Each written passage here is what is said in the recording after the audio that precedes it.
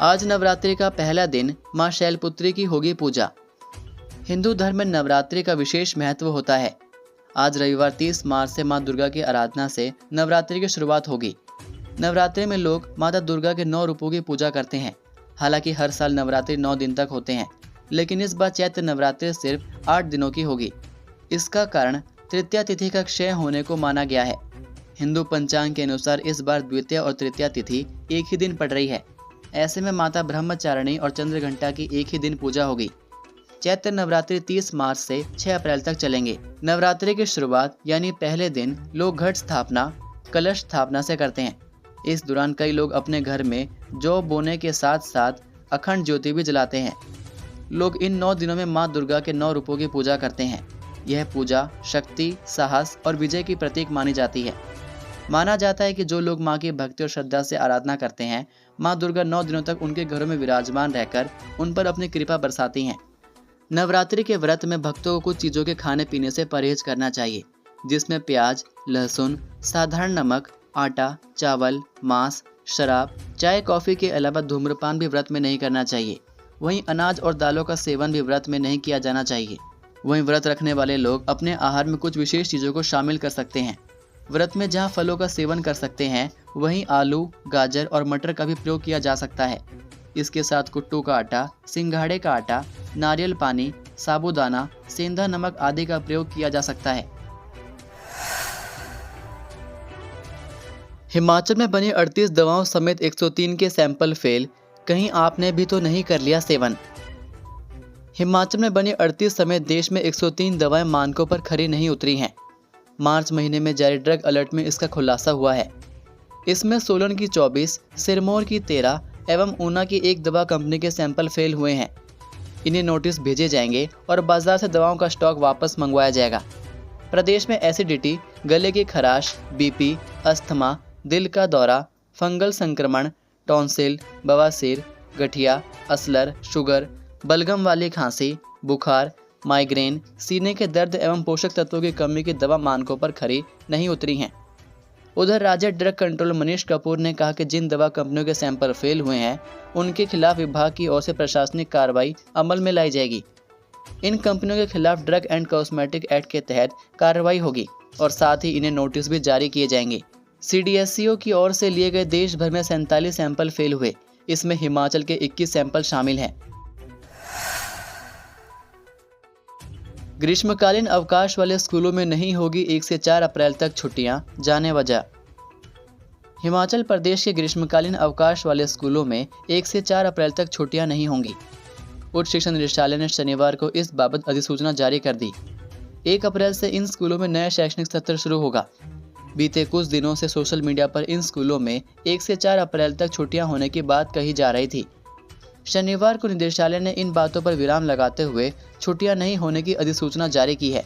निदेशालय ने कहा कि शैक्षणिक सत्र 2025-26 के लिए सरकारी स्कूलों में छुट्टियों के शेड्यूल में बदलाव के चलते अब परीक्षा परिणाम के बाद 1 से 4 अप्रैल तक ब्रेक नहीं मिलेगा। इस संबंध में उच्च शिक्षा निदेशक डॉक्टर अमरजीत कुमार शर्मा की ओर से कार्यालय आदेश जारी किए गए हैं। हिमाचल में 1 सप्ताह तक मौसम साफ रहने का पूर्वानुमान, तापमान में बढ़ोतरी के आसार। हिमाचल प्रदेश में 1 सप्ताह तक मौसम साफ रहने का पूर्वानुमान है। प्रदेश की राजधानी शिमला सहित अन्य भागों में धूप खिली रही। मौसम विज्ञान केंद्र शिमला के अनुसार राज्य के सभी भागों में 29 मार्च से 4 अप्रैल तक मौसम शुष्क बना रहेगा। वहीं राज्य के कई हिस्सों में अगले 4 से 5 दिनों के दौरान न्यूनतम तापमान में धीरे धीरे 2 से 5 डिग्री सेल्सियस की वृद्धि होने की संभावना है। वहीं कई हिस्सों में अगले 4 से 5 दिनों के दौरान अधिकतम तापमान में धीरे धीरे 2 से 4 डिग्री सेल्सियस की बढ़ोतरी के आसार हैं। BRCC के 282 पदों के लिए इस दिन पोर्टमोर स्कूल में होगी लिखित भर्ती परीक्षा। समग्र शिक्षा की ओर से आयोजित की जा रही ब्लॉक रिसोर्स सेंटर कोऑर्डिनेटर के 282 पदों के लिए परीक्षा की तिथि के साथ सेंटर भी तय हो गया है।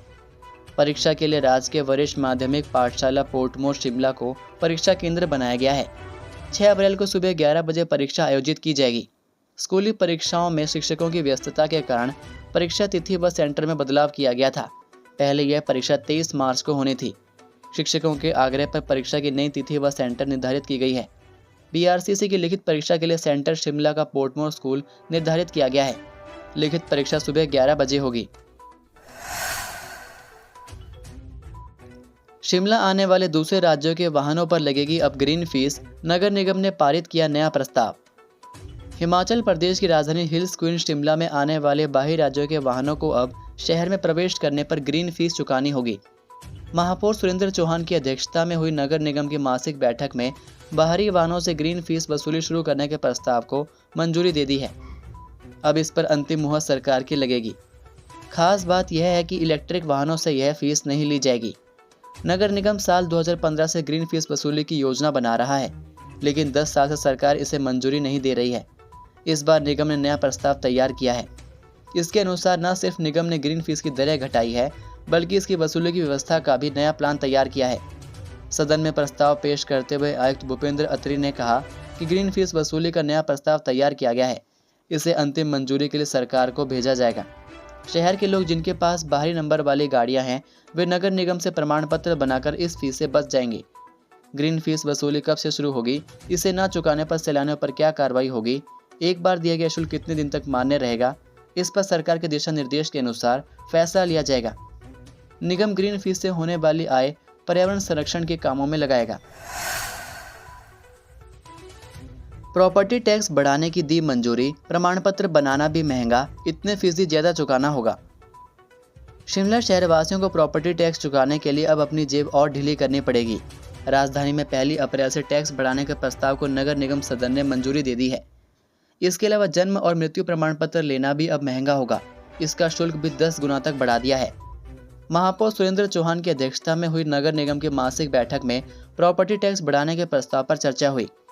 निगम प्रशासन ने कहा कि केंद्र के निर्देश पर प्रदेश की विकास दर के अनुसार हर साल टैक्स में बढ़ोतरी होनी चाहिए, लेकिन साल 2023 में नगर निगम सदन ने फैसला लिया था कि यह बढ़ोतरी हर साल 4% रहेगी। इसके चलते साल 2023 और 2024 पर टैक्स में 4% की बढ़ोतरी की गई, लेकिन केंद्र से मिलने वाली ग्रांट ना रुके, इसके लिए विकास दर के अनुसार ही टैक्स बढ़ोतरी करनी होगी। यानी पिछले सदन के हर साल 4% टैक्स बढ़ाने के फैसले को बदलना पड़ेगा। सदन ने इस प्रस्ताव को मंजूरी दे दी। सदन के मंजूरी मिलने से अब शहर में टैक्स में 6 से 7% की बढ़ोतरी होना तय है। प्रदेश की विकास दर करीब 7% के आसपास है। ऐसे में टैक्स में भी इतनी ही बढ़ोतरी की जाएगी। नगर निगम आयुक्त भूपेंद्र अत्री ने कहा कि प्रदेश की विकास दर को लेकर सरकार से रिपोर्ट मांगी है, इसके अनुसार ही टैक्स बढ़ेगा। बैठक में उप महापौर उमा कौशल भी मौजूद रही। शहर में प्रॉपर्टी टैक्स बढ़ाने के प्रस्ताव को सदन ने सर्वसम्मति से पारित किया। खास बात यह रही कि भाजपा या माकपा के किसी भी पार्षद ने सदन में टैक्स बढ़ोतरी के फैसले का विरोध नहीं किया। ऐसा पहली बार हुआ जब टैक्स बढ़ाने के प्रस्ताव पर विपक्ष ने विरोध न किया हो। शिमला शहर में 31,900 भवन मालिक हैं। इन्हें अप्रैल से अब बड़ी दरों पर टैक्स के बिल चुकाने होंगे।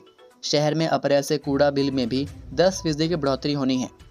इन दिनों लोग स्कूलों की भारी भरकम फीस भी जमा कर रहे हैं। इन सब के बीच अब टैक्स और कूड़ा बिल भी लोगों की जेब ढीली करेंगी। वहीं नगर निगम ने जन्म और मृत्यु प्रमाण पत्र की फीस भी 10 गुना तक बढ़ा दी है। अब इन लोगों को नगर निगम से जन्म या मृत्यु प्रमाण पत्र लेने के लिए 5 रुपए की जगह 50 रुपए शुल्क देना होगा। यदि प्रमाण पत्र में दुरुस्तगी करवानी है तो उसके लिए 10 रुपए की जगह 50 रुपए शुल्क लगेगा। हालांकि केंद्र के दिशा निर्देश पर फरवरी से ही जन्म मृत्यु प्रमाण पत्रों का शुल्क बढ़ा दिया था, लेकिन निगम ने 1870 से 2015 तक की अवधि के प्रमाण पत्रों का शुल्क नहीं बढ़ाया था। यह शुल्क भी अब केंद्र की तर्ज पर बढ़ा दिया है। कमरे में रो रही थी 1 साल की मासूम, बाहर पानी के टैंक में डूब गई मां। हिमाचल प्रदेश में आए दिन हादसे हो रहे हैं। इन हादसों में कई लोगों की मौत हो रही है। ऐसा ही एक हादसा हिमाचल के बिलासपुर जिला में भी हुआ। यहाँ एक महिला की पानी के टैंक में डूबने से मौत हो गई। जिस समय यह हादसा हुआ, महिला घर में अकेली थी और टैंक के पास कपड़े धो रही थी। जब तक हादसे की जानकारी मिली, महिला की मौत हो चुकी थी। बड़ी बात यह है कि महिला की एक बेटी भी है जो मात्र 1 साल की है। घटना के समय अंदर बच्ची जोर जोर से रो रही थी, लेकिन उसके रोने की आवाज़ सुनने वाली उसकी मां पानी के टैंक में गिर चुकी थी। महिला की मौत से उसकी बेटी के सिर से अब हमेशा के लिए मां का साया उठ गया है। महिला की मौत और बच्ची को देखकर वहां मौजूद हर शख्स की आंखें गमगीन हो गई। यह हादसा बिलासपुर जिला के उपमंडल झंडूता की ग्राम पंचायत छत के हिम्मर गांव में बीते रोज शुक्रवार दोपहर बाद हुआ। मृतक महिला की पहचान सरोज कुमारी, पत्नी पवन कुमार, निवासी हिम्मर गांव के रूप में हुई। बताया जा रहा है कि महिला घर के आंगन में बने पानी के टैंक के पास कपड़े धो रही थी। धर्मशाला में होंगे 3 IPL मुकाबले, यहां से कर पाएंगे एडवांस में ticket booking. Indian premier league यानी IPL के मुकाबले शुरू हो गए हैं। IPL के 3 मैच धर्मशाला के मशहूर HPCA स्टेडियम में भी खेले जाएंगे। 4, 8 और 11 मई को होने वाले इन मुकाबलों के लिए ऐप पर टिकट बुकिंग की सुविधा मिल रही है। अगर आप भी दुनिया के सबसे खूबसूरत स्टेडियम में क्रिकेट का मजा लेना चाहते हैं तो भीड़भाड़ से बचने के लिए अभी से एडवांस में टिकट बुक करवा लें। इसके लिए आपको पंजाब किंग्स की आधिकारिक वेबसाइट पर जाना होगा। वहां डिस्ट्रिक्ट ऐप पर जाकर आपको अपना मोबाइल नंबर रजिस्टर्ड करना होगा। आप चाहें तो सीधे गूगल प्ले से भी डाउनलोड कर सकते हैं। बस इस बात का ध्यान रखें कि जिस मोबाइल नंबर को आप रजिस्टर करें उसे बाद में ना बदलें। आपको धर्मशाला में IPL के तीनों मैचों के ऑनलाइन टिकट भी इसी ऐप पर मिलेंगे। टिकट पहले आओ पहले पाओ के आधार पर मिलेगा। अगर आपको 2 से ज़्यादा टिकट लेने हो तो दोबारा लॉगिन करना होगा। हिमाचल में 2 हाइड्रो प्रोजेक्ट लगाएगा तेलंगाना, 40 साल बाद होगा हमारा, MOU किया साइन। तेलंगाना सरकार हिमाचल प्रदेश के लाहौल स्पीति में 400 और 120 मेगावाट के 2 हाइड्रो प्रोजेक्ट लगाएगा। शिमला के पीटर हाउस में CM सुखविंदर सिंह सुक्खू की मौजूदगी में दोनों सरकारों के बीच MOU पर दस्तखत किए गए। इस मौके पर CM सुक्खू ने बताया कि समझौते के अनुसार 40 साल बाद यह प्रोजेक्ट हिमाचल प्रदेश का होगा।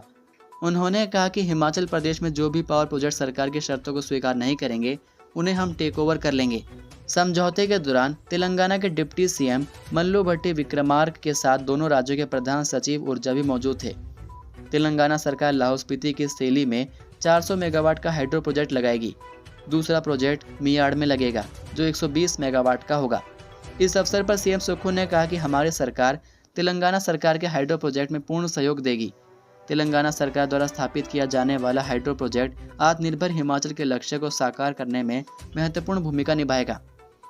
आपको बता दें कि इससे पहले CM सुक्खू ने मंगलवार को राज्य विधानसभा के बजट सत्र में कहा था कि पिछली सरकारों ने NHPC को केवल 12% रॉयल्टी पर हाइड्रो प्रोजेक्ट दिए थे, लेकिन यह हिमाचल सरकार को मंजूर नहीं है। NHPC को दिए गए इन प्रोजेक्टों पर सरकार 12, 18 और 30% की रॉयल्टी लेगी। इसके अलावा 40 साल बाद राज्य सरकार को ये प्रोजेक्ट वापस लौटाने होंगे। उन्होंने विधानसभा के बजट सत्र में साफ कहा था कि अगर NHPC को ये शर्तें मंजूर नहीं हो तो सरकार उन प्रोजेक्ट का टेक ओवर करेगी। इसके अलावा हिमाचल सरकार इन प्रोजेक्ट के लिए दी गई अतिरिक्त जमीन भी वापस लेगी। ये थे आज के मुख्य समाचार। हिमाचल प्रदेश की बड़ी खबरें रोजाना जानने के लिए सब्सक्राइब कीजिए DHP न्यूज़ चैनल को और बेल आइकन पर क्लिक करें, जिससे आपको प्रदेश की बड़ी खबरें हमारे द्वारा मिलती रहें। वीडियो को लाइक और शेयर ज़रूर कीजिए और आप हमारी वीडियो कौन से शहर से देख रहे हैं नीचे कमेंट करके ज़रूर बताइए। वीडियो में अंत तक बने रहने के लिए आपका बहुत बहुत धन्यवाद। जय हिंद, जय भारत, जय हिमाचल।